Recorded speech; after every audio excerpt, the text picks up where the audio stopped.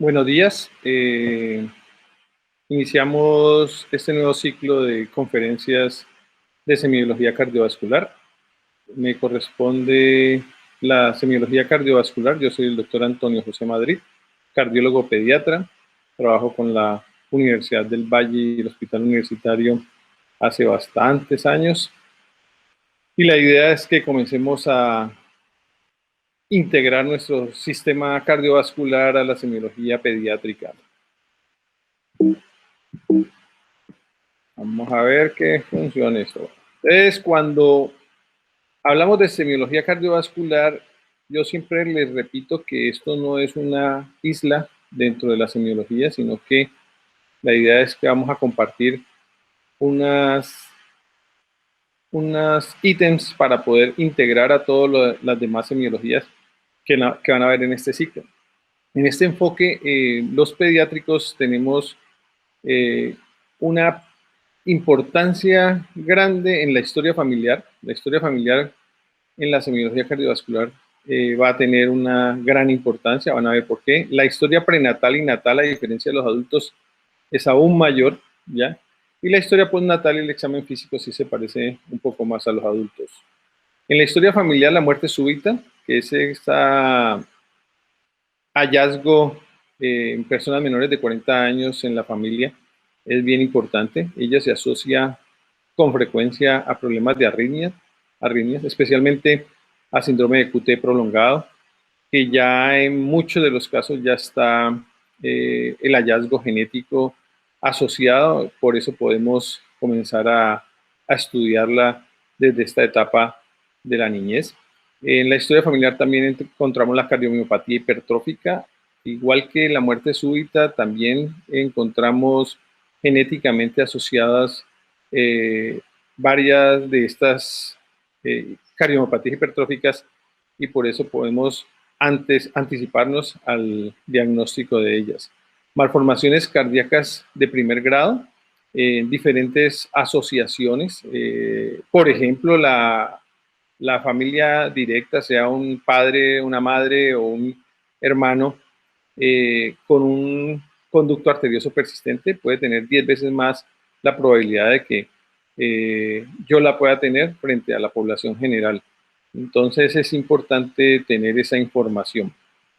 En la historia prenatal, las malformaciones congénitas extracardíacas, 30% de las malformaciones en general, 30% de las malformaciones congénitas extracardíacas se pueden asociar a cardiopatías congénitas. De ahí que nosotros en el Hospital Universitario del Valle y la Universidad del Valle, desde el 2008, tenemos un excelente programa de detección prenatal de las cardiopatías congénitas. Creo, sin ser muy pretencioso, que somos el mejor programa de detección de cardiopatías congénitas en el país. Cuando tenemos esta información de que hay una malformación congénita en el eco obstétrico, debemos de realizar una ecocardiografía fetal para poder anticiparnos también al diagnóstico de las malformaciones congénitas cardíacas en estos bebés. La diabetes pre y gestacional. Igualmente, también podemos comenzar a hacer el diagnóstico prenatal. La diabetes pregestacional se asocia más a defectos troncales y la diabetes gestacional se asocia a hipertrofia septal asimétrica, que es una patología que tiene alto riesgo de muerte súbita del lactante. Por esa razón, en ambos casos, la pregestacional y la gestacional, tenemos que hacer el diagnóstico prenatal en lo posible. Trastornos del metabolismo, especialmente el metabolismo de los glúcidos, como la enfermedad de Pompe, son trastornos que pueden dar dos modalidades de presentación. Una es la cardiomiopatía hipertrófica, como son estas enfermedades de acumulación del glucógeno, y otra es las enfermedades por problemas de aminoácidos, y se nos presenta es como una cardiomiopatía dilatada. Lupus en la madre o anticuerpos lúpicos, o sea, puede ser que la mamá esté enferme o simplemente que la mamá tenga anticuerpos positivos. Se nos asocia con bloqueos cardíacos y es importante en el seguimiento de los pacientes en etapa prenatal estar verificando el PR corregido se llama, es estar verificando que no tenga un bloqueo cardíaco que puede ir evolucionando desde un bloqueo de primer grado a un bloqueo de segundo grado hasta un bloqueo completo, como ya hemos tenido varios casos. Medicamentos, tengo que preguntar si algún medicamento recibe esta madre, especialmente medicamentos como los anticonvulsivantes están muy asociados a malformaciones cardíacas congénitas. El litio también está asociado a malformaciones cardíacas congénitas. Las adicciones, las 3 adicciones, la más conocida es el alcoholismo fetal. El alcoholismo fetal, existe un síndrome de alcoholismo fetal que tiene asociación con comunicación interauricular. Existe la cocaína, que por su efecto vasoconstrictor puede, en un momento de la embriogénesis, tener un efecto importante sobre el corazón, la formación del corazón. Y la última, que es las metanfetaminas, o como llaman, mal llamadas drogas recreacionales. Las metanfetaminas, ahora que el consumo es masivo, estamos comenzando a ver asociaciones con malformaciones cardíacas. Infecciones, tenemos las infecciones como la rubiola, que gracias a la vacunación hemos reducido casi a cero el efecto prenatal de la rubiola sobre el feto. Pero también existen las otras que no hemos podido reducir, como las infecciones virales, coxsackievirus, influenza, que pueden generarnos una cardiomiopatía dilatada en etapa prenatal. Aquí les puedo mostrar una tabla donde vemos la diferente asociación de malformaciones extracardíacas con malformaciones cardíacas y cuál de ellas. Les puedo mostrar aquí que el sistema nervioso central, si yo tengo una malformación cardíaca en el sistema nervioso central, hasta un 33% en este estudio tenía asociación con algún tipo de cardiopatía congénita. En tracto genitourinario hasta un 26%, y así sucesivamente. Lo que hablamos es que en promedio son un 30% de las malformaciones extracardíacas se asocian a malformaciones cardíacas. También la asociación con síndromes. Cuando tenemos cardiopatías congénitas, podemos asociarnos con algunos síndromes, o sea que esto es bidireccional. El hallazgo de un diagnóstico prenatal de cardiopatía congénita o de malformaciones extracardíacas se nos pueden asociar con algunos tipos de trastornos genéticos que deberíamos estudiar desde la etapa prenatal. En la etapa natal y postnatal, tenemos la asfixia perinatal como un causante importante de problemas cardiovasculares. Lastimosamente sigue ocurriendo, pero la asfixia perinatal, el 90% de ella es evitable. ¿Evitable de qué manera? Con un buen control del embarazo, con un buen control del trabajo de parto y con un buen control del nacimiento. Entonces, solo un 10% no es evitable, y nosotros tenemos lastimosamente todavía una alta incidencia de esto. Entonces, tenemos que trabajar para mejorar esta parte. ¿Qué efectos puede tener la asfixia perinatal? Uno muy grave, que genera alta mortalidad, y la hipertensión persistente pulmonar del recién nacido, y esta persistencia genera alta mortalidad. La disfunción miocárdica, un bebé asfixiado, el 50% de su gasto cardíaco está asumido por la placenta en época prenatal, pero apenas nace tiene que asumir su 100% y comienzan a entrar en falla cardíaca. Y el otro es un efecto que es transitorio, que es la insuficiencia mitral y tricuspidia generada por isquemia de los músculos papilares. La isquemia de los músculos papilares genera una deficiencia en la movilidad de estas válvulas, y gracias a Dios es recuperable. Uno generalmente al mes de vida ya comienza a ver recuperado este problema. En las infecciosas, seguimos, como les había dicho anteriormente, las causas virales siguen siendo una importante causa de cardiomiopatía dilatada. Las causas parasitarias, que nosotros no tenemos en nuestra área tanto, pero en el área cundiboyacense lo hay, como como causa de problemas de trastornos en el pericardio y en el endocardio.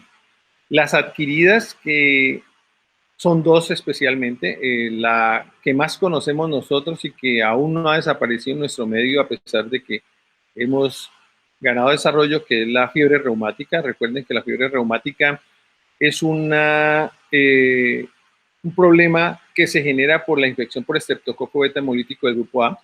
Se genera una reacción inmune contra la cápside del estreptococo y por similitud con el tejido cardíaco y cerebral y articular, se pueden generar anticuerpos que atacan el corazón, como dice, lame las articulaciones porque genera grandes inflamaciones en las articulaciones y muerde el corazón, daña las válvulas, especialmente la válvula mitral y aórtica.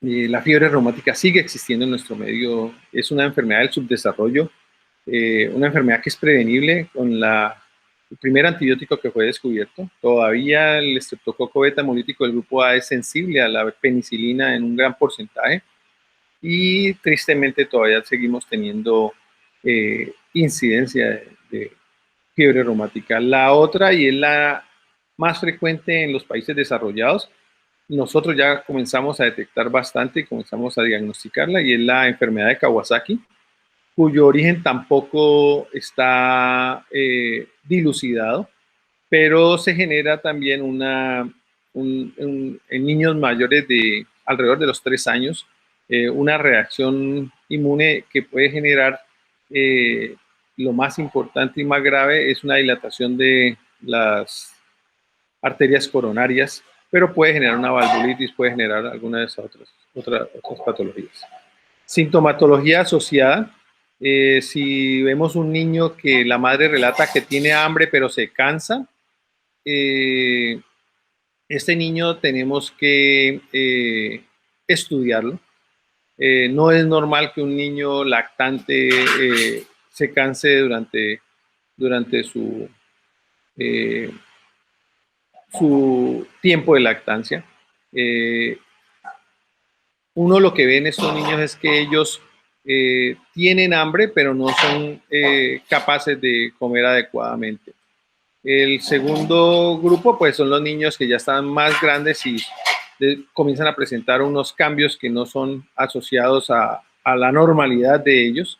Estos cambios van a traer cambios en los hábitos de ellos, se van a cansar, no pueden entrar al juego, comienzan a presentar limitación para la actividad física. Entonces, todo esto tenemos que preguntarlo para enfocar el paciente con enfermedad cardiovascular pediátrica.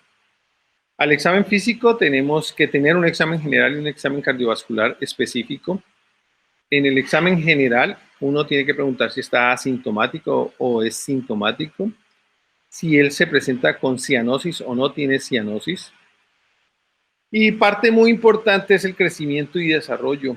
Es una forma indirecta de saber qué tanto efecto está teniendo una cardiopatía congénita o sospechar una cardiopatía congénita, así no tengamos hallazgos claros. Y es que hay falla para crecer. Es muy importante siempre que reciban un niño, sea en la consulta externa, sea en la consulta de urgencias, que tenga peso y talla y hayan visto las tablas de crecimiento y desarrollo para saber cómo se están desempeñando en esas tablas los niños. La actividad, como les decía, si brinca o no brinca, la disnea, si está con dificultad respiratoria, con frecuencia interpretada como un problema pulmonar, y resulta que pueden ser cortocircuitos de izquierda a derecha que nos favorecen la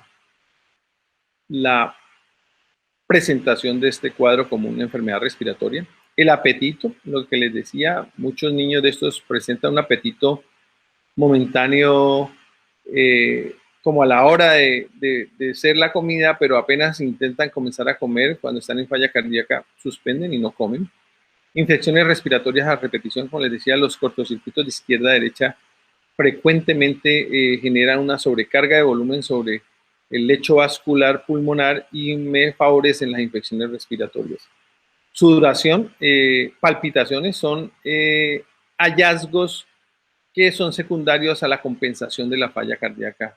El sistema simpático ante la falla, en el niño especialmente ante la falla cardíaca, lo que hace es incrementar el sistema, activar el sistema simpático para aumentar la frecuencia cardíaca y poder compensar esa falla. Por eso los vamos a ver con sudoración y con palpitaciones. Ingesta de medicamentos. Debo preguntar si el niño consume algún medicamento y si el medicamento está asociado a uso en enfermedades cardiovasculares. Voy a volver a preguntar qué pasó, por qué lo toma, porque muchas veces los papás no te van a dar la información completa. Esa es una de las cosas importantes en pediatría, es que uno tiene que buscar el problema. El problema no es un adulto que le va a dar la información, sino que o el niño no sabe darla o el papá a veces no le da importancia a esta información. Hay que preguntar y cuando le dicen a uno, no, es que el niño toma digitalicos A o digoxina, entonces decimos, pues digoxina no se utiliza y no para cosas cardiovasculares. O dice, es que estoy utilizando captopril. Pues el captopril se utiliza para cosas un grupo de enfermedades muy pequeño y dentro de eso están las enfermedades cardiovasculares. Entonces, debo preguntar qué medicamentos toma el niño. En el estado general, comenzamos en la semiología con la inspección, ¿ya? En el examen físico ya con la inspección, vemos si tiene cianosis, si no tiene cianosis. Recuerden que la cianosis no la van a buscar en la coloración azulosa en la boca, porque hay razas que pueden confundir. Hay que buscarlo en las mucosas y en los lechos ungueales. Las facies es muy importante en pediatría. Ya les mostré la imagen donde las cardiopatías congénitas se asocian a síndromes con frecuencia. Hay que mirar las facies para saber cómo está, si no le llega bien, así se parece al papá, porque antes decíamos, no, pues es que se parece al papá, pero puede ser que el papá cursa con un tipo de síndrome que sin comprometer mucho su estado intelectual, pues sí se asocia a malformaciones congénitas. Los nódulos de los dedos hipocráticos, que en la única causa no es cardíaca, ya la vamos a ver. Circulación colateral, edemas, que no es tan frecuente en los niños ver edemas, a no ser que sean los niños ya grandes, adolescentes tardíos, que podemos verle edema. El niño en falla cardíaca no desarrolla en general edema. Y el fondo de ojo como una manifestación de la hipertensión arterial en niños, que muchas veces está asociado a coartación de aorta. El fondo de ojo nos puede dar esta información. Estos son los famosos dedos hipocráticos, estas uñas que son violáceas, ¿ya? Lo que les digo, no se fijen en los labios, fíjense en la mucosa, ya en la lengua, en la encía, si está de color azuloso. Y esta forma de los dedos hipocráticos de las uñas en palillo de tambor le llaman, si ven que son redondeadas, se debe, ante la hipoxia, el cuerpo lo que hace es generar una neovascularización en esta zona, en la zona más distal. Él sensa, no me está llegando oxígeno y genera una neovascularización, creyendo que a través de una neovascularización puedo proveer de más oxígeno a esta zona, y por eso van adquiriendo esta conformación las cardiopatías cianosantes. Lo podemos ver acá también en los pies, y miren cómo sería una uña normal. Miren el tipo de domo que tiene la uña normal frente al domo que tiene un dedo en palillo de tambor. Pero no solamente es de origen cardiovascular. Sepan que las enfermedades crónicas en general pueden generar dedos hipocráticos, y las enfermedades crónicas que generen hipoxia. Entonces, las bronquiectasias, los abscesos de pulmón, los enfiemas, las neumonías crónicas, esta es toda una gama de enfermedades respiratorias que pueden causar. Dentro de las circulatorias, obviamente, están las cardiopatías congénitas, la endocarditis bacteriana, la insuficiencia cardíaca crónica. gastrointestinales, todas estas en general son infecciones crónicas, enfermedades crónicas las que van a llevar a esto. Enfermedades multisistémicas o locales también pueden darme la apariencia de un trauma local en una extremidad, puede dar mala perfusión distal y puede generar en esa extremidad una apariencia de dedos hipocráticos. La inspección también incluye la boca, lo que les decía, ver la coloración. El cuello, más que lo que se hace en la semiología cardiovascular de adultos, que el cuello buscamos la ingurgitación yugular, en los niños no es tan visible esta ingurgitación yugular. Lo que buscamos es la apariencia de este cuello, si tiene un cuello alado, si tiene un cuello corto, especialmente para buscar síndromes. Lo mismo que en tórax, no solamente vamos a ver el crecimiento del tórax, sino que también vamos a ver la apariencia de tórax, porque los tórax con pectum excavatum o pectum en quilla se asocian a malformaciones de la aorta.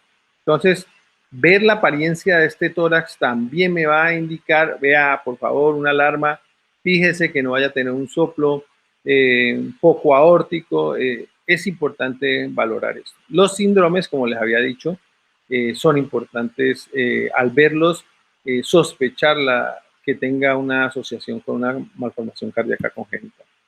Entonces, miren todos los síndromes una gama de síndromes que existen y la asociación con malformaciones cardíacas, ¿ya? Miren otros, no solamente son síndromes con alteración en el número de cromosomas, sino en alteraciones dentro de las partes de los cromosomas las que nos pueden llevar a alteraciones cardíacas. Este niño es un síndrome de Noonan. Miren, ustedes ven a este niño, es lo que les digo, que la inspección es importante. Ustedes al ver a este niño no dicen, no, este es un niño normal. Estamos viendo un niño que tiene un hipertelorismo, tiene un filtro ancho, tiene un mentón que es pequeño, tiene un cuello alado. Si ven, el cuello alado es clásico de estos niños. Tienen un pectum excavatum, ¿ya? Estos niños podemos sospecharlos desde etapa fetal. Cuando hacemos ecocardiograma fetal, vemos cardiomiopatías hipertróficas en estos niños. Entonces, es importante cuando llega el niño, desde que llega el niño, lo ve, ustedes tienen que ser observadores. El pediatra o la semiología pediátrica implica que seamos muy observadores. Recuerden que muchos niños no hablan, no dicen, no le van a decir a uno, miren la hernia umbilical como parte de todo el cuadro. Este niño sí es más difícil diagnosticarlo porque él es un niño muy simpático. Generalmente encontramos primero el hallazgo cardíaco, le oímos el soplo y después de que oímos el soplo dijimos, este niñito tiene como algo que el doctor Madrid nos enseñó, que tenía una cara graciosa. En algunos sitios le llaman que era el jockey baby. Visto la figura del jockey, tiene un mentón que es así, el jockey de las cartas. Tiene una sonrisa como el guasón, pues, ¿sí ven? Es una sonrisa todo el tiempo y son niños muy simpáticos, ¿no? El síndrome de Williams se asocia a estenosis supravalvulares aórticas y pulmonares, pero vean, es más difícil de diagnosticar este síndrome, pero la inspección es bien importante para, como les digo, integrar todo los hallazgos dentro del examen físico y el examen de historia clínica. Nódulos de Odler que podemos encontrar en la endocarditis infecciosa. Tenemos menos endocarditis infecciosa que los adultos, pero podemos tenerla, hay que tenerlo presente. Las lesiones de Jenny-Way, ¿ya? Las hemorragias subungueales, esto sí lo vemos mucho tristemente porque a veces los pacientes nos llegan en unas sepsis muy importantes y encontramos esas hemorragias subungueales. Pasamos a la palpación. La palpación nos sirve poner la mano en el tórax para saber dónde está el ápex, que es el punto de máximo impulso. Varía de acuerdo a la edad. Recuerden que nosotros estamos hablando de un niño que en las diferentes etapas tiene diferentes evoluciones. Eso nos hace diferentes a los adultos. Por eso los niños no son unos adultos pequeños, son un grupo de personas que cambian de acuerdo a su edad. Entonces el ápex no lo encuentro igual en un neonato, no lo encuentro en la misma posición en un preescolar, en un escolar o en un adolescente. Prémito o thrill se palpa, yo siempre digo que se palpa como el ronroneo de un gato, Entonces lo vamos a palpar en cualquiera de las áreas supraesternal, precordial, ¿ya? Pulsos arteriales, ya les voy a mostrar la gama de pulsos y nosotros que tenemos el Harvey Simulator allá en la universidad podemos entrar a ver toda esta gama de pulsos que están asociados a problemas cardiovasculares. La presión arterial, que me interesa que sepan que a los niños se les toma presión arterial. Eso ahora vamos a hablar un poquito más. Entonces, pulso arterial, podemos ver toda esta gama. Yo siempre les digo en esta clase que lo importante es que vamos al simulador y comencemos a como a asociarnos con todas estas cosas que nos provee la universidad, ¿ya? Uno no siempre tiene este tipo de soplo, de pulsos en los pacientes. Esto hay que también aprovechar los simuladores para que aprendamos de esto. Y la única forma de que vamos aprendiendo es la exposición, o sea, tenemos que exponernos. Si no vamos, si no lo vemos este listado que yo les pongo acá y vamos y los palpamos, no nos vamos a ir sensibilizando al diagnóstico. Lo mismo les digo yo siempre que ustedes, alguno de sus compañeros les toque un paciente con esto, hagan cola y comiencen todos a palparlo porque puede ser que usted no lo vuelva a ver, entonces hay que aprovechar cuando un paciente presenta esto y así no sea su paciente, ir a exponerse y a aprender de ese paciente. La presión arterial, entonces, la presión arterial no es un número como todo el mundo, no, es que yo tengo 120, 80, no, es que es un niño 90, 60, no, la presión arterial tiene más significado que esto. Es el resultado de la fuerza contráctil del corazón, del volumen sanguíneo, de la elasticidad de los grandes vasos y la resistencia periférica de las arterias. Entonces, cuando yo estoy con un bebé o un niño pues con una alteración en la presión arterial, eso es otra de las cosas que ahora demuestro. El problema en pediatría es que todos tenemos tablas para las diferentes edades, entonces por eso al que le gusta la pediatría, le gusta realmente porque es un poco más complicada la forma de presentación de todo esto de acuerdo a las tablas. Y yo tengo que hacer el análisis. Bueno, si yo tengo el niño o la persona que tenga con la presión baja, pero viene con una puñalada, pues yo no voy a pensar que es secundario a la fuerza contráctil del corazón y a la elasticidad. Lo que estoy probablemente es al volumen sanguíneo. ¿Ya? Pero si yo tengo un niño que tiene un problema renal y está hipertenso, pues yo tengo que pensar que hay una resistencia periférica a las arterias, ¿ya? O sea, tengo que entrar a pensar si una de estas causas, ¿cuál es la causa de estas que me tiene alterada la función, la presión arterial, o si son varias de ellas las que generan la alteración? Tengo que saber la técnica de toma, idealmente la altura a la que yo estoy tomando la tensión arterial debe ser a la altura de la aurícula.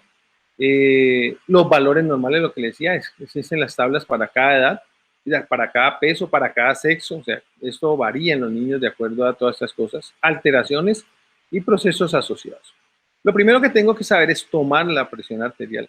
Entonces, yo debo saber que tengo que tener la gama de manguitos, no es igual tomarle a un recién nacido con este manguito verde que vemos acá, que es grande porque la presión me va a dar bajita. Tengo que buscar el mango adecuado para ver, y ese mango adecuado debe ocupar, lo que les decía, desde el acromion al olecranon, hacemos imaginariamente una medición y más o menos debe ocupar el 40% de este área, ¿ya? Como nos enseñaron a nosotros, sería entre 2/3 y la mitad de la longitud del brazo. Y el diámetro también es importante, porque no puedo ponerle un manguito que quede a tensión, digamos un niño gordito, que le quede a tensión el largo pues del brazalete. ¿Y por qué? Porque si es pequeño me va a generar presiones por encima de lo normal, o sea, de lo que es normal para ese paciente, o si es muy grande me va a generar que tenga información de presiones más bajitas de lo que es la realidad para ese paciente.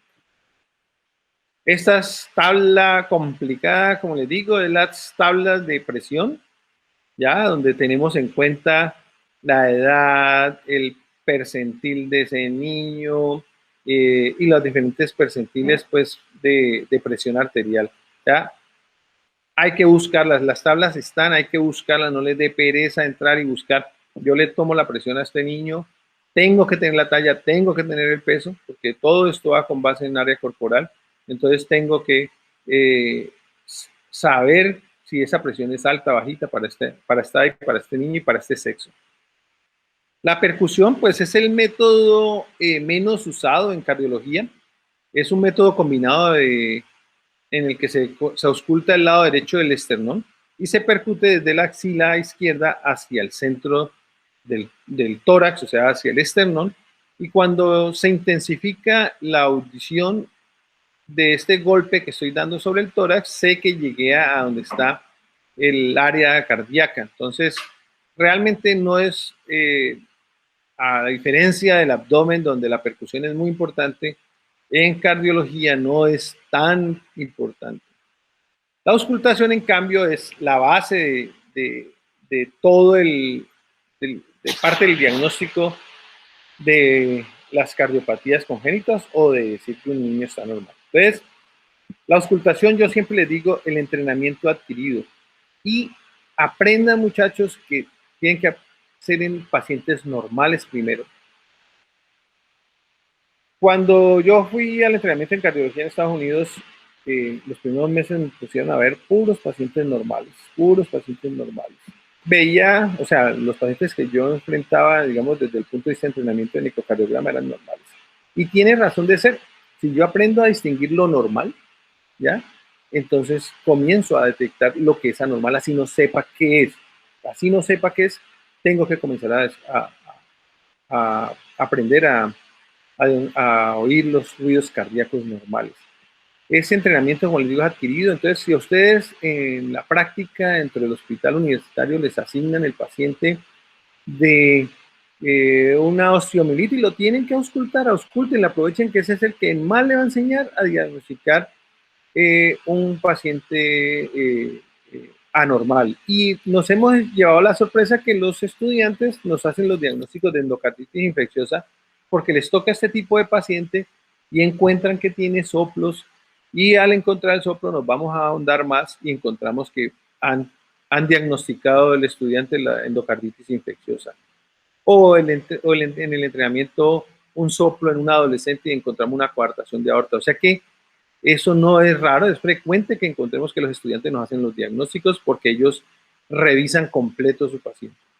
La pericia es una actividad continua y comparativa. O sea, yo tengo que hacerlo repetitivamente. En medicina todo lo tenemos que hacer repetitivamente. Por eso las cosas que son raras también expónganse en las cosas raras, porque eso va a ayudar a que ustedes tengan más competitividad dentro de estoy hablando dentro de sus competencias de aprendizaje. Ayuda a identificar las anormalidades cardíacas, obvio. Ya cuando comienzo a detectar que es normal, comienzo a identificar las anormalidades cardíacas y me va a ayudar también a diferenciar qué tan severo es los hallazgos que yo tengo. Fonendoscopio. Es importante que ustedes compren su fonendo. Yo siempre les digo que uno tiene que probarse el fonendo que va a usar. Ustedes no compren fonendo en caja cerrada, tienen que probárselo. Las olivas que sean agradables, usted con unas olivas que le tallen no va a tomarse el tiempo adecuado para auscultar. Que tenga la longitud que tiene que tener, no que el tío anestesiólogo le regaló un fonendo y resulta que los anestesiólogos le regalan unos fonendos con un largo espantoso. Esto de medir entre 15 y 18 pulgadas. La razón es que si yo tengo una extensión muy larga, tengo ruidos sobreagregados. Si tengo una extensión muy corta, me genera que no me tome el tiempo adecuado para ver, porque el niño me puede dar un manotazo, huele feo, entonces no me tomo el tiempo adecuado. Tiene que tener su función, la función va integrada como este de acá al lado, pero tiene que tener su función de campana y de diafragma. Y saber usar para qué sirve la campana y para qué sirve el diafragma. Cuando yo uso la campana, lo que quiero es amplificar los sonidos bajos. Y si yo quiero amplificar los sonidos bajos, no puedo quitarle el efecto de campana comprimiendo fuertemente mi campana sobre el tórax. Debe ser sobrepuesta sobre el tórax y me mejora la audición. A diferencia de los ruidos fuertes, que los oigo con el diafragma, y el diafragma debe ir bien apoyado sobre toda la piel del paciente. Entonces, todo eso tengo que aprenderlo a hacer. Estos son los, no necesitan de esto, les digo que no necesitan. Yo tuve hasta que se cayó de cabeza y ¡pam! No quedó sirviendo para nada, pero realmente usted puede llegar a tener una buena auscultación. Lo importante es que usted tenga una comodidad con el fonendo, o sea que cuando vayan a comprar un fonendo, siéntanse cómodos con ese fonendo. Además que usted coge el fonendo de otro y usted no oye, usted tiene que saber que usted oye bien con su fonendo. No les va a pasar mucho que hoy cogen el fonendo de otra persona y ustedes no oyen bien. Sigue siendo la base de todos los diagnósticos, a pesar de toda la tecnología, como dice esta caricatura. Nosotros al paciente le podemos hacer de todo, y le pregunta a uno, bueno, y ya escuchó al paciente, y resulta que el diagnóstico está en la auscultación a pesar de haberle hecho 1000 exámenes. En los componentes de la auscultación está la variación con el gasto cardíaco, o sea, todo esto va incluido en la descripción de una auscultación. Si tiene soplo, el grado del soplo, la tonalidad, la ubicación, si se irradia o si no se irradia. Y estos son los focos tradicionales de auscultación, que en la práctica lo vamos a ver. El foco aórtico. Miren por qué el foco aórtico, siempre decimos el corazón está a la izquierda, la aorta está a la izquierda, pero el foco aórtico está a la derecha. ¿Cómo así?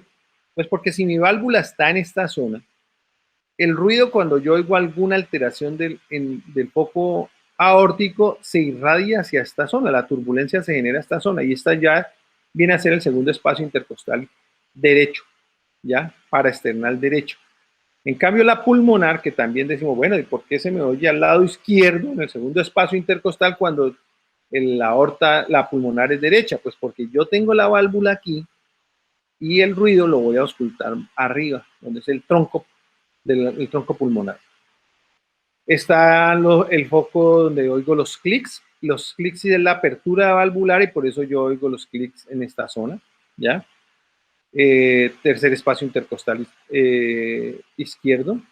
Está el foco tricuspidio, que lo oigo acá en el cuarto espacio intercostal. Miren la altura donde está la válvula tricuspidio. Y el quinto, que es donde oigo la irradiación de los soplos de la válvula mitral. Pero yo también tengo, y especialmente en los niños, que auscultar las áreas accesorias, ¿ya? El cráneo, fístulas en el cráneo me pueden generar soplos cardíacos, ¿ya? Por sobrecarga de las cavidades derechas, me generan insuficiencia tricuspidia, y por eso yo debo auscultar si hay soplo en esta zona. En la espalda, los soplos de la aorta se irradian a la espalda, la coartación de aorta. En las axilas, ya los soplos pulmonares se pueden irradiar hacia las axilas, ya hacia la punta del corazón, el soplo de insuficiencia mitral se oye en la punta del corazón. En el cuello, todo lo que es la estenosis aórtica la puedo oír en el cuello. Entonces, siempre tengo que buscar lo que llamamos focos accesorios. Los ruidos cardíacos. Entonces, el primer ruido corresponde al cierre de las válvulas auriculoventriculares, o sea, la válvula mitral y tricuspidia. Entonces, esto parece un trabalenguas, pero no lo es. Miren, el cierre de las válvulas auriculoventriculares mitral y tricuspidia ocurre cuando se acaba la diástole. Entonces, en los libros van a encontrar que dice durante el inicio de la sístole ventricular. Sí, entonces cuando está acabando el llenado y comienza el aumento de presión del ventrículo, o sea, comienza la sístole ventricular, se genera una presión que genera el cierre de las válvulas auriculoventriculares mitral y tricuspidia. O sea, es el fin de la diástole, es el cierre de la válvula y es el primer ruido. Es más bajo e intenso que el segundo ruido, lo que les digo, en la práctica vamos a comenzar a ver esto. Suena DUM, se ausculta mejor en la punta del corazón, ya vimos que el foco mitral está hacia la punta del corazón, y con la campana del estetoscopio. Es un sonido bajo y lo vamos a oír mejor con la campana. Desdoblamiento puede ser fisiológico o puede ser patológico, y siempre tengo que comparar el primer ruido con el segundo ruido, siempre comparen. Entonces, esta gráfica que la vieron en fisiología, que yo siempre les digo que hay que integrar esta parte de la fisiología a la vida real, como dicen, es el cierre de las válvulas, ¿ya? Y ese es el momento donde oigo el primer ruido, ¿ya?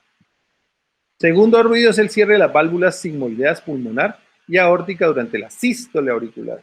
¿Sí ven? Se confunden. Cierre de las válvulas sigmoidea, que son la pulmonar y la aórtica, es cuando acaba la sístole, ¿ya? ¿Cierto? Entonces, es durante la sístole auricular. El ruido aórtico siempre precede al ruido pulmonar en 0.03 segundos. Esto parece insignificante, pero al oído de nosotros los médicos se hace notable. Y es lo que llamamos el desdoblamiento fisiológico en los niños durante la inspiración. En la inspiración hay mayor retorno venoso hacia la cavidad derecha del corazón, ¿ya? Hacia la aurícula derecha, va a pasar más volumen hacia el ventrículo derecho y va a haber una sístole del ventrículo derecho más prolongada, ¿ya? Lo que hace que el cierre de la válvula pulmonar sea más tardío que el cierre de la válvula aórtica, lo que hace que sienta más este desdoblamiento, ¿ya? En la inspiración. Existe también un P2 intenso patológico que me ayuda a diagnosticar las hipertensiones pulmonares. Este es el cierre, ¿ya? RAM, cierre de la válvula aórtica y pulmonar, y es lo que llamamos el segundo ruido. La diferenciación entre los dos, el primer ruido sigue a la pausa larga. El tiempo que hay entre el primer ruido y el segundo ruido corresponde a la sístole y es más corto, y el tiempo que hay entre el segundo ruido y el primer ruido es la diástole y es más largo. El segundo ruido siempre es más fuerte hacia la base. Acuerden que la base del corazón está acá arriba. Nosotros tendemos espacialmente a pensar que la base siempre es hacia abajo, hacia el piso, pero la base del corazón está hacia la parte superior. El punto de máximo impulso, el ruido que impulsa el estetoscopio es R1, ¿ya? Ese es el primer ruido. O sea, si yo quiero oír más claramente, el primer ruido lo oigo hacia la punta del corazón. Y es el que corresponde al pulso carotídeo. Nuevamente les recuerdo que esta gráfica es importantísima.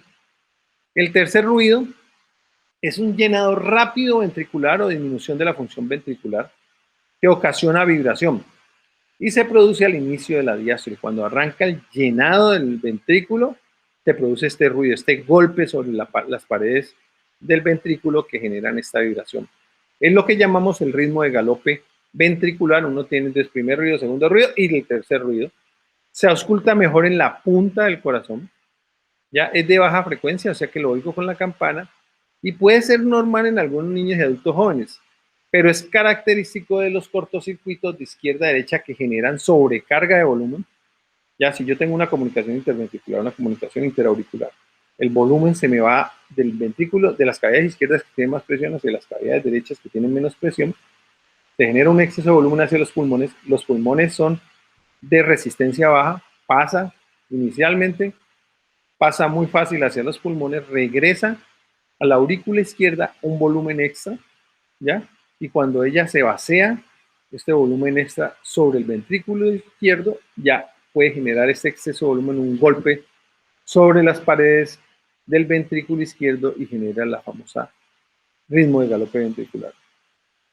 El cuarto ruido es la contracción de las aurículas y vibración de las válvulas y músculos papilares. Siempre es patológico el cuarto ruido. Siempre es patológico. Es lo que llaman el galope auricular. Nosotros teníamos un gran profesor que era el doctor Javier Gutiérrez y él siempre llamaba, hacía todo el show y a uno no se le olvidaba de la patada auricular. Ya era una patada que generaba la aurícula para terminar de vaciar lo que se le estaba quedando en su contenido ya durante la diástole. Se ausculta mejor en el apéndice sifoide y en el tercer y cuarto espacio intercostal izquierdo. Lo vimos en falla cardíaca, en hipertiroidismo, estenosis. Este ruido nos enseñó mucho sobre el manejo de la falla cardíaca, porque encontramos que él era un signo de estrés ventricular y aprendimos a que no todo era poner inotrópicos. Si yo tengo un corazón estresado y comenzamos a poner inotrópicos, pues lo estreso más y comenzamos a aprender a usar los beta bloqueadores en el manejo de la falla cardíaca. Clics y chasquidos. Los clics y chasquidos son ruidos breves de timbre timbálico localizados en la sístole, o sea, en los focos aórtico y pulmonar, es la apertura cuando hay estenosis pulmonar o estenosis aórtica, es la apertura, es un poco más demorada y suena, como les digo yo, no suena como un clic, suena como un desdoblamiento, parecido a un desdoblamiento. Y los chasquidos son más de los adultos, que son los daños en la válvula tricuspide mitral, las estenosis que van a generar eso. El frote pericárdico lo vamos a oír como cuando despegamos despacio un velcro, ese es el sonido del frote pericárdico, los murmullos venosos y los soplos cardíacos. Entonces, en pediatría es muy frecuente tener soplos cardíacos. Es simplemente, esto no es un diagnóstico, es una percepción auditiva del flujo sanguíneo cuando pierde algo que nos hablan y nos hablan, el famoso flujo laminar. Pero uno tiene que aprender que en pediatría, cuando yo oigo un soplo, la gran mayoría de los soplos se llaman fisiológicos o inocentes. Una pequeña cantidad son patológicos. Los soplos fisiológicos se dividen en soplos sistólicos, y sistólico es sistólico de eyección o sistólico regurgitante. Los soplos en general, no los soplos inocentes, los soplos en general tienen características que son o sistólicos de eyección o sistólicos regurgitantes, los que son sistólicos. Los de eyección los sé diferenciar porque existe un tiempo entre el cierre, el primer ruido, el cierre de las válvulas auriculoventricular y el inicio del soplo. Este tiempo ustedes lo habían visto, se llama tiempo de contracción isovolumétrica de los ventrículos. No, ustedes les mencionaron eso en fisiología. Este es el tiempo de contracción isovolumétrica de los ventrículos.